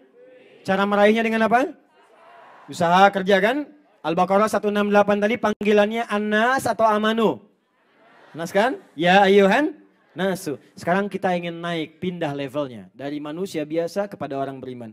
Maka ayatnya dirubah oleh Allah, kalimatnya pembukanya dari nas menjadi ya ayyuhalladzina amanu. Karena kita sudah komitmen bekerja dengan dasar iman. Buka Quran surah Al-Baqarah ayat 172. Ya ayyuhalladzina amanu. Hei semua orang sekarang yang sudah beriman. Yakin dengan semua ketentuan yang akan aku berikan, kata Allah. Kulu. Walaupun sudah beriman, tetap mesti kerja. Usaha. Nah, sekarang perhatikan baik-baik. Di sini rahasianya. Ini tidak banyak orang mengetahuinya. Kulu min tayyibati ma razaqnakum. Bandingkan dengan Al-Baqarah 168. Di 168, kulu mimma fil ardi halalam tayyibah. Kalau belum terbayang, saya tuliskan sekarang, Anda lihat rahasia besarnya. Tapi ingat ya, maaf ya, iman ya, bukan akal. Iman tuh yakin dulu, hikmah datang. Kalau akal nanti ditanya dulu, kalau belum rasional, belum logis, nggak mau diikutin. Ingat, kita ini terbatas. Semua tubuh manusia terbatas. Pandangan Anda terbatas, yang dekat terlihat, jauh kecil tak terlihat. Pendengaran terbatas, sekian hertz tak terdengar oleh kita. Awas hati-hati. Ini kalau mata Anda terbatas, telinga Anda terbatas, kenapa akal Anda nggak mau terbatas? Semua yang melekat pada kita pasti terbatas. Karena itu, kalau ada yang belum bisa ditangkap oleh akal, kita tangkap dengan iman, maka hikmah akan datang. Sekarang perhatikan perbandingannya. Saya tuliskan di sini. Satu yang ayat 168. Ya ayyuhan nas. Ini 172 imannya dipakai. Ya ayyuhalladzina amanu. Perhatikan, yang ini nas, ini amanu. Dan amanunya dibuka dengan alladzina. Disebutkan 1080 kali dalam Al-Quran yang mencakup semua tanpa kecuali. Artinya ini berlaku bagi laki-laki, perempuan, tua, muda, besar, kecil, tanpa batas. Maaf, semua yang ingin mendapatkan passion ini kata Allah saya buka seluas-luasnya. Laki-laki pengen kaya, perempuan pengen kaya, pengen dapat lebih daripada itu, saya berikan kesempatannya. Ini kulu mimma fil ardi. Kemudian ada rumus. Halalan thayyibah. Perhatikan sini dengan detail, dengan jeli. Yang ini kulu. Ininya dibuang. Mimma fil ardinya tidak ada. Diganti dengan min thayyibati. Halalnya dibuang. Diganti dengan ma razaqnakum. Allahu Akbar. Lihat sini. Ketika Anda mencari dengan iman, yakin karena Allah, maka kalimat pertama mimma fil ardinya dibuang. Untuk manusia pada umumnya, silahkan berkelana ke bumi. Mencari, bekerja, cari tempat ini, tempat itu. Tapi ketika Anda beriman kepada Allah, benefit pertama yang Allah katakan adalah, saya akan mudahkan rizkinya cepat datang padamu, tidak ingin menyulitkanmu untuk mendapatkan rizki yang kau butuhkan itu. Di iman itu apa manfaatnya? Manfaat yang pertama, karena kita dekat dengan Allah, akses ke rizkinya akan dibuka oleh Allah. Anda dekat dengan pimpinan, akses pekerjaan dibuka. Anda dekat dengan Allah, apa yang tidak mudah bagi Allah? Cuman sekarang kalau Anda berkata, Ustaz saya sudah beriman, kenapa sulit mendapatkan itu? Barangkali cara beriman Anda yang belum tepat. Itu yang harus diperbaiki. Nah, jadi syarat pertama kata Allah, ketika Anda benar imannya, maka pertama Allah akan berikan kemudahan, ma razaqnakum. Kami yang akan dekatkan rezekinya kepadamu, bukan engkau yang sulit untuk mendapatinya. Kadang-kadang tiba-tiba ide muncul. Kadang-kadang investor datang dari sisi yang tidak diduga. Kadang-kadang kreatif itu muncul dari teman yang datang menawarkan pada Anda. Siapa yang gerakan semua itu? Ini Bang Sandi yang punya banyak pengalaman tentang itu. Dari mulai berjuang sampai dengan sekarang didapatkan. Coba Anda bayangkan, Abdurrahman bin Auf, itu kan modalnya pakaian tadi. Tapi karena aksesnya dekat dengan Allah, cuma 3 bulan, dia orang paling kaya nomor 3. Setahun paling kaya nomor 1. Nih. Nah, ciri orang beriman, 1, bagaimana bisa mendapatkan akses cepat itu, ini yang paling menarik. Lihat sini baik-baik, halalnya dibuang. Ketika iman belum ada, halalnya masih ada. Halalan thayyibah. Legal. Baik. Tapi ketika sudah beriman, halalnya dibuang, thayyibnya dijamakkan. Min thayyibati ma razaqnakum. Halalnya dibuang, thayyibnya dijamakkan. Kenapa halalnya dibuang? Karena orang beriman itu sudah pasti imannya membimbing dia untuk mencari yang halal dalam kehidupan. Jadi kalau ada orang beriman, Anda beriman cari wirausaha apapun, maaf ya, maaf sekali. Kalau Anda berwirausaha apapun, dan Anda merasa, tapi iman Anda tidak mendorong Anda untuk mencari yang halal. Masih terlibat pada yang haram, bekerja pada yang tidak dibenarkan. Maka sebanyak apapun harta Anda kumpulkan, maka hakikatnya itu hanya fata morgana saja. Demi Allah saya katakan, sekaya-kayanya Anda tetap tidak akan memberikan ketenangan pada jiwa Anda. Itu kecil di mata Allah. Nah yang paling menarik, ketika Anda bekerja dengan cara orientasinya ini halal, ini yang dibenarkan. Ini yang gak boleh. Maka kata Allah, walaupun pertama kali Anda melangkah, sedikit Anda dapatkan, tapi berkahnya saya gandakan. Keberkahan itu yang disebut dengan thayyibat, yang dijamakkan. Apa itu berkah? Ini yang paling penting. Ini modal utama untuk kerja itu, bukan kuantitas modalnya. Tapi di sini keberkahannya. Kalau berkah ini sudah dapat, teman-teman, meningkat dengan banyak, maka yang lain akan mengikuti. Anda tinggal tunggu waktu saja. Apa itu berkah? Ziyadatul khair, nih poinnya nih. Bertambah semua nilai-nilai kebaikan yang ada di sekitaran kita. Jadi kalau Anda mencari dengan cara yang benar, kata Allah, saya tambahkan yang baik-baik. Dan itu di ilmu ekonomi bisa jadi aktiva. Lihat ya, Allah kirimkan orang baik. Pekerja yang jujur, karyawan yang disiplin. Itu kan aktiva. Teman yang bisa sinergi. Anda keuntungan banyak, tapi dapat teman pengkhianat, hancur pekerjaan Anda. Mudah bagi Allah. Yang kedua, berkah itu bisa berarti sesuatu yang bermanfaat. Di awal pertama Anda bekerja, yang diberikan bukan harta dulu. Yang diberikan asas manfaat dulu, butuh. Jadi modal Anda itu terkeluarkan atau disalurkan sesuai dengan aspek kebutuhan. Dapat harta sedikit, haus. Kalau haus itu butuh apa? Minum. Halal mendorong Anda, yang penting dapat minuman. Tapi kalau halalnya hilang, nafsunya tinggi, minuman pun seleranya bisa banyak. Gak mau, saya pengen buah naga. Naganya khusus dari Cina. Gak mau, saya pengen ini. Gak mau pakaiannya pengen yang begini. Itu yang bikin sulit dalam kehidupan. Makanya orang-orang hebat itu walaupun modalnya sedikit, tapi karena berkahnya banyak, maka yang didapatkan peningkatannya cukup tinggi. Naik, naik, naik, naik, naik. Awal-awal modal sedikit, waktu tak lama, baru harta kemudian datang. Ya, dengan apa yang tidak digambarkan sebelumnya. Terakhir. Sebagai penutup. Apa yang diharamkan oleh Allah, ini yang kita jaga. Kalau, maaf ya, kalau aplikasi, ini Bang Sandi lebih, ilmunya lebih daripada saya. Tapi kalau tatanan teoritis, dasarnya, ini yang harus saya tanamkan. Jangan sampai gini, pohonnya tinggi tapi akarnya nggak kuat. Sehingga ketika diterpa angin yang kencang, goyahnya langsung dahsyat. Ya, satu, baik-baik. Saya tinggal 2 ayat lagi. Baik, 1 ayat, 1 hadis. Saya kembali ke hadis dulu, turunkan. Apa saja yang dihalalkan oleh agama dan diharamkan saat mulai akan berusaha. 1. Hadis Nabi SAW. Kalau Anda seperti ini, bisnisnya diberkahi. Itu ada di Al-Bukhari nomor hadis 20.076. Riwayat Jabir bin Abdullah. Al-Bukhari nomor hadis 20.076. Riwayat sahabat Jabir bin Abdullah.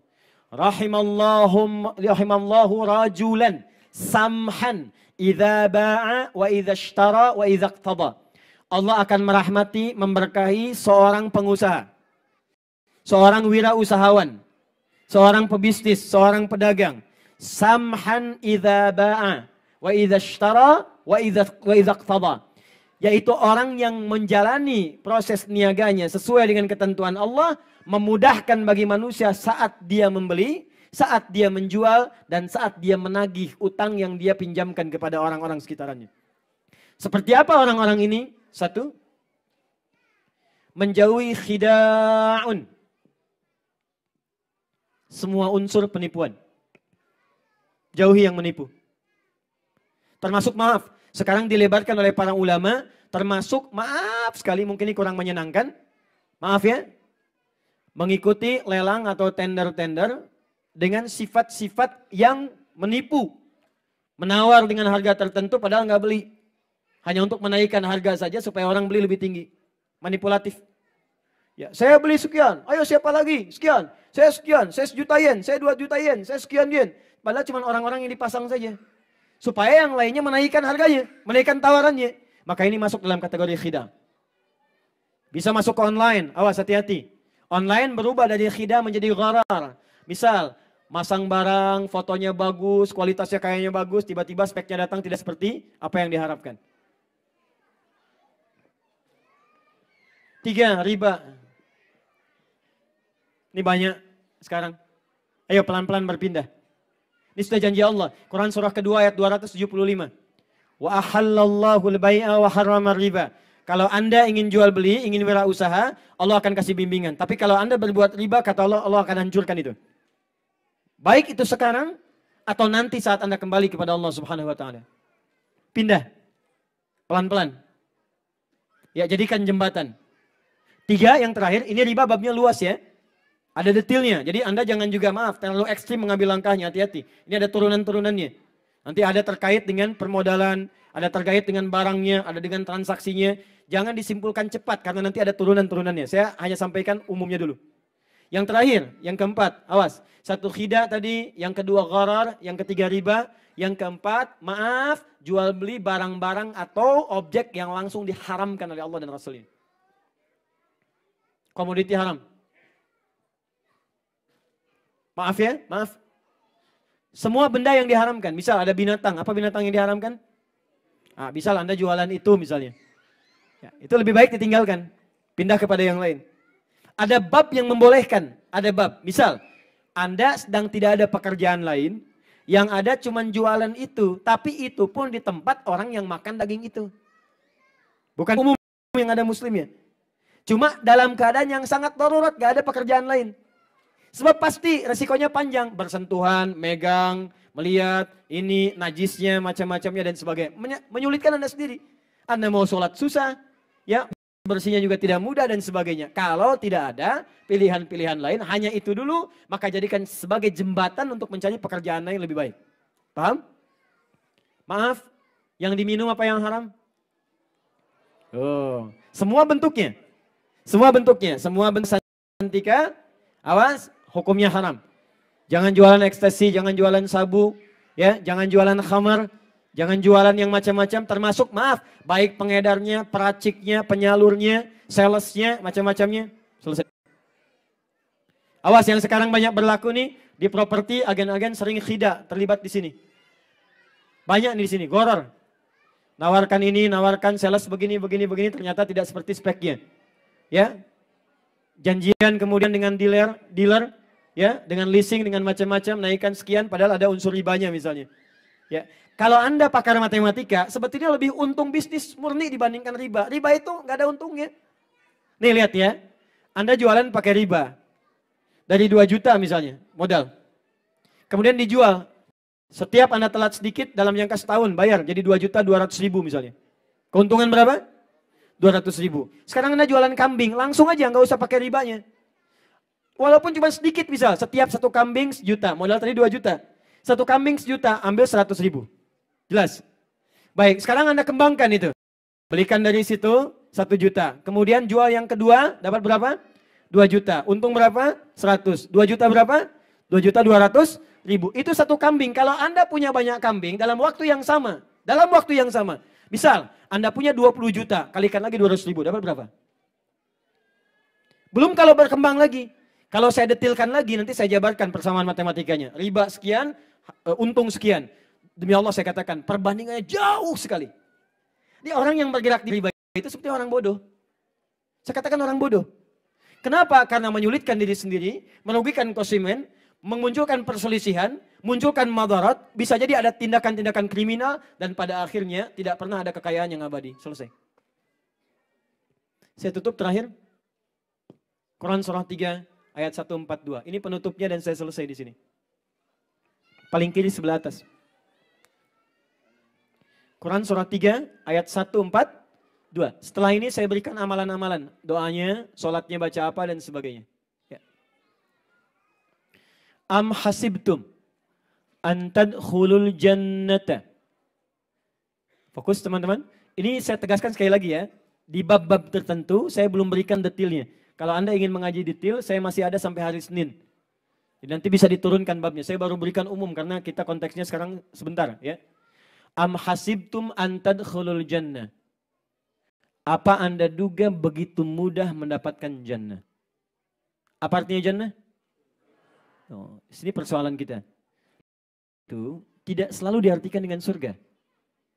Jannah itu punya dua arti dalam Al-Quran. Arti dasarnya itu sukses, kesuksesan yang belum diraih, yang belum tampak. Kenapa surga disebut dengan jannah? Karena itu puncak kesuksesan kita yang belum kita raih, belum tampak sekarang. Orang Arab dulu, kalau mereka disebut kaya, melimpah hartanya, sukses, maka mereka punya kebun-kebun yang tidak dimiliki oleh orang lain. Orang lain gersang, dia punya unta merah, unta hitam itu biasa. Tapi yang punya kebun dengan oase yang sangat indah, punya anggur-anggur, punya macam-macam, itu nggak semua orang punya. Dan itu disebut jannah oleh orang Arab. Makanya jannah itu sering diartikan juga dengan kebun-kebun yang luas. Ya, secara tidak langsung, persamaan sekarang, jannah itu artinya kekayaan yang tidak dimiliki oleh umumnya orang. Kalau kita tarik ke dalam konteks usaha kita, maka ayat ini diartikan begini. Saya pernah datang ke satu perusahaan, ajarkan ayat ini, diterapkan, bahkan direksinya pada salah satunya non-muslim. Saya datang dalam keadaan yang mungkin agak kolaps tuh, udah mau turun. Semua nggak semangat. Saya terangkan isi ayat ini, Anda kerjakan, saya bilang, begitu dikerjakan setahun kemudian saya diundang.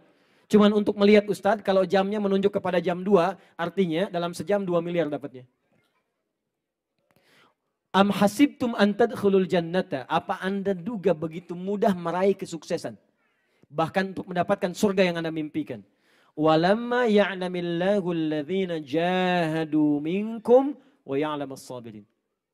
Sementara Allah belum menguji sejauh mana kadar jahadu minkum. Satu, aspek pertama kata Allah, kadar keseriusan Anda dalam mewujudkan itu. Keseriusan di sini disebut dengan kalimat jahadu. Jadi kalau Anda ingin kaya, ingin berhasil wirausahanya, maka pertama kata Al-Quran Anda mesti serius mengeksekusi ini semua. Kalau main-main mendingan gak usah. Jangan setengah-setengah. Jangan coba-coba. Jangan gimana nanti bagaimana. Kalau Anda bersiap mendapatkan itu semua, Anda mau jadi apapun silahkan. Wirausahawan, pebisnis, diplomat, birokrat silahkan. Tapi kalau Anda ingin sukses, kata Allah, pertama Anda mesti serius, sungguh-sungguh. Jadi kalau Anda kuliah yang serius. Duduk paling depan, selesaikan persoalan, bikin riset, jangan setengah-setengah nanggung kalau begitu. Nah keseriusan ini menggunakan kalimat jahadu asalnya dari kata juhdun. Juhdu, kesungguhan, keseriusan dibagi 3 turunan lagi. Pertama, kesungguhan merencanakan disebut dengan ijtihad. Maka mulai sekarang bikin mapping, planningnya apa? Sukses mau tahun berapa? Turunkan ke kita sekarang. Bikin rencana, mau di bidang apa? Rencananya bagaimana? Tahun berapa? Modalnya dari mana? Investornya siapa? Ya, siapa orang yang bagian kreasinya? Inovasinya seperti apa? Turunkan. Kalau Anda masih kuliah di kampus, bahkan turunkan cita-cita dari atas sampai ke materi kuliah yang sedang Anda kerjakan sekarang. Jangan sampai Anda pilih misalnya jurusan yang memang gak ada hubungan dengan masa depan Anda. Yang penting asal kuliah, di Quran gak ada begitu. Anda kuliah mau kemana? Saya ini mau sekarang jadi begini dai, saya turunkan dari sejak selesai SD. Ke depan saya mau jadi ulama, ahli Quran begini. Maka semua diarahkan. Sekolahnya ke sini, SMP ke sini, SMA ke sini. Ya kemudian kampusnya begini, sampai pulang lagi. Nah Anda sekarang mau bikin passionnya apa di masa depan? Di bidang apa? Otomotif, sekarang Anda kuliah, ya sampai waktunya tinggal 17.20, 3 menit lagi, ya bikin pemetaannya. Ya, mohon izin dari sekarang. Kedua, kalau sudah ada rencana, ada konsepnya, mappingnya jelas, schedule-nya jelas dan sebagainya, maka muncul yang kedua, saya agak cepat, namanya jihad. Jihad, kesungguhan mengeksekusi dengan tindakan. Jangan banyak jadi konseptor, eksekusi itu semua. Anda mau begini, kerjakan. Anda mau begini, kerjakan. Yang terakhir, yang ketiga, maaf, kesungguhan mengatasi gejolak dalam jiwa. Disebut mujahadah. Kadang-kadang lagi serius, ada tantangan malas, ya, ada pesimis, perangi itu semua. Kalau Allah sudah jamin pasti dimudahkan. Yang ketiga disebut mujahadah. Terakhir, lakukan ini dengan sabar. Wa ya'lamas sabirin. Allah hanya memberikan gambaran kesuksesan bagi orang-orang sabar. Thomas Alva Edison berapa kali membuat percobaan? Lebih daripada 1000 kali. Yang sekarang membuat fried chicken berapa kali membuat percobaan? Ketok setiap pintu. Anda punya ayatnya. Kenapa baru 2-3 kali gagal kemudian Anda kemudian pesimis dari situ? Kembangkan diri kita, jadi orang hebat, sabar, dan mulai sekarang passionnya lakukan. Mulai dari mana? Jamaah. Saya tutup. Jamaah itu bukan cuma kumpul. Kenapa ada sholat jamaah, sholat Jum'ah? Jamaah itu duduk, kenali dengan siapa Anda duduk, kemudian saling mengisi di balik semua bakat yang Anda miliki dengan setiap yang Anda kenali itu. Karena itu tidak ada orang sholat di dekat Masjid Nabi, kecuali maaf, yang sakit bertemu dokter selesai sakitnya. Yang tidak punya pekerjaan ketemu dengan orang punya pekerjaan. Itu yang kita kembangkan. Ke masjid, temui, kenali. Anda di Jepang, gak semua orang bisa ke Jepang. Cari apa yang bisa bermanfaat untuk Anda. Passionnya dapatkan, jadi pakar di bidang dan pulang ke negeri kita, bangun. Jadi kan makmurkan negeri kita, sumber daya banyak. Pulang lagi ke tanah air. Bangun negeri kita, Sabang sampai dengan Merauke. Luas, 13.677 pulau. Gak semua orang dapat, saya ke Abu Dhabi untuk dapat satu pulau triliunan rupiah. Kita punya 13.677, itu belum termasuk Pulau Gebang, Pulau Gadung, pulau-pulau yang lain. Ya. Jadi ayo, mudah-mudahan Allah berikan keberkahan untuk kita. Saya sampai di sini. Ya.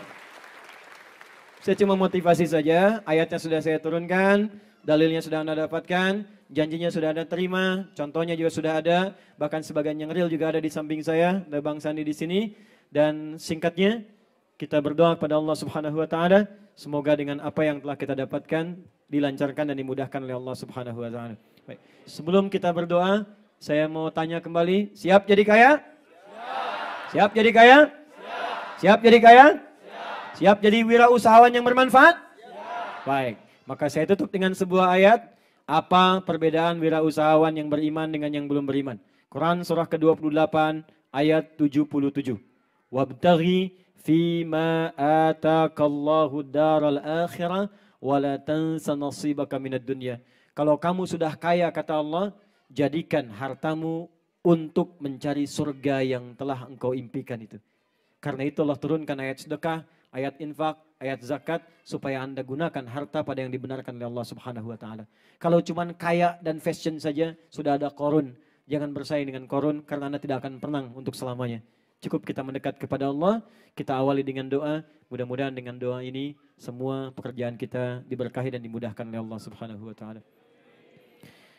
Alhamdulillahi Rabbil Alamin Ar-Rahmanir Rahim Maliki Yawmiddin Iyaka na'budu wa iyaka nasta'in Ihdinas siratal mustaqim Siratal ladzina an'amta 'alaihim ghairil maghdubi 'alaihim waladdallin Allahumma nahmaduka hamdan syakirin hamdan na'imin hamdan yuwafi ni'amahu wa yukafi'u mazidah Ya Rabbana lakal hamdu wa lakal syukru kama yanbaghi li jalali wajhikal karim wa li 'azimi sultanik Allahumma salli wa sallim wa barik ala rasulikal karim Nabiyyina Muhammadin wa ala alihi wa sahbihi ajma'in Rabbana inna nas'aluka khaira ma sa'alaka rasulukal mustafa nabiyyuna Muhammad sallallahu alaihi wasallam.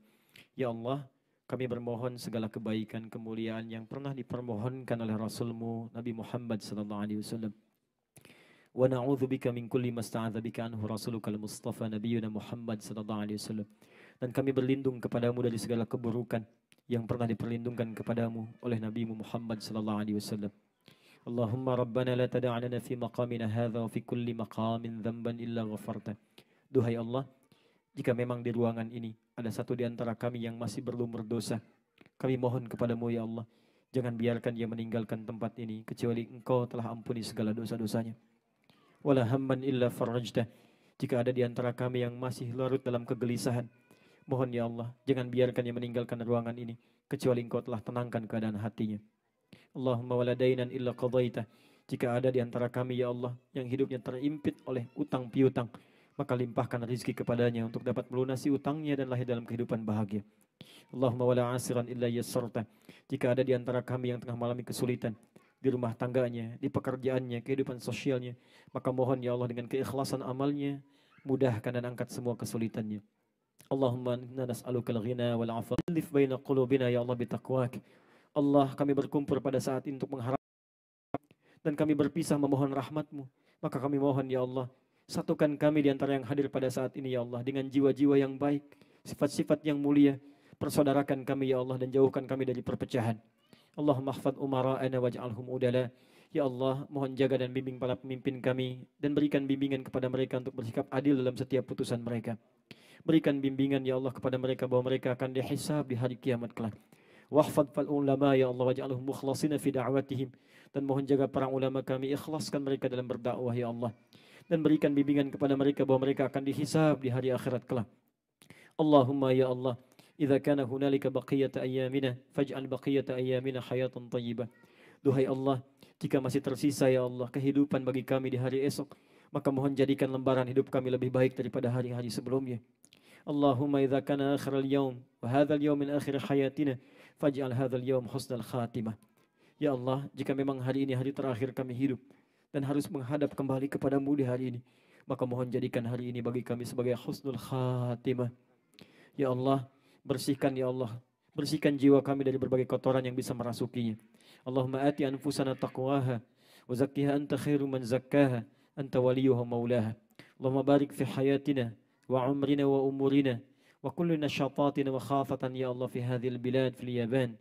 Ya Allah, kami mohon berkahi hidup kami, berkahi umur kami, berkahi aktivitas kami, dan berkahi ya Allah kehidupan kami, khususnya bagi saudara-saudari kami yang tinggal di Jepang ini ya Rabbal Alamin. Allahumma hunalikal aqriba qariban wa ba'idan huna ya Allah fil Yaban. Idza kanu ghairul muslimin fahduhum ilal Islam. Allahumma arsyudna ya Allah li da'watihim ilal Islam. Ya Allah, jika ada kerabat kami, tetangga kami, teman kami, saudara-saudari kami di Jepang ini yang belum mendapatkan hidayah, maka mohon ya Allah lembutkan hati mereka untuk mau bersyahadat berislam. Dan berikan kami kekuatan ya Allah untuk mendakwahkan Islam dengan penuh kelembutan. Ya Allah, dengan penuh kasih sayang. Allahumma ya arhamar rahimin. Rabbana atina fid dunya hasanah. Fil akhirati hasanah wa qina adzaban nar. Barik kullaman asama fi hadzal barnamij ya Rabbal Alamin. Ya Allah, mohon berikan kelapangan, kemudahan, kasih sayang dan keberkahan kepada siapapun yang berkontribusi atas hadirnya acara ini ya Rabbal Alamin. Seluruh panitianya, KMI-nya, dari kedutaan besar kami, masyarakat kami Indonesia di sini ya Arhamar Rahimin. Ihfadna minal ma'asi, mohon jaga kami dari perbuatan maksiat ya Allah. Tubna ilaika taubatan nasuha. Ya Allah, jika ada pelaku maksiat di tempat ini atau saudara-saudari kami mohon ya Allah, sentuh mereka agar bertaubat sebelum wafat menghadap kepadamu ya Rabbal Alamin. Allahumma bifadlika subhana rabbika rabbil izzati amma yasifun wa salamun alal mursalin wa akhiru da'wana subhanakallahumma wa bihamdika asyhadu an la ilaha illa anta astaghfiruka wa natubu ilaik walhamdulillahi rabbil alamin. Amanat saya yang terakhir, kita mesti bersatu, jangan terpecah belah, dan kita mesti sekarang bergerak untuk membangun. Jika masih ada yang belajar yang baik. Jika ada yang bekerja dengan penuh semangat. Dan dari semua keberhasilan itu, kita mesti berkomitmen, ini amanah Al-Quran, surah 9 ayat 122, ulang, bangun bangsa kita, dan tunjukkan kepada dunia, semua kebanggaan, kemakmuran, kekayaan, kehebatan, insya Allah akan terpancar dari bumi Indonesia yang kita cintai. Ya. Takbir! Assalamualaikum warahmatullahi wabarakatuh. Assalamualaikum warahmatullahi wabarakatuh.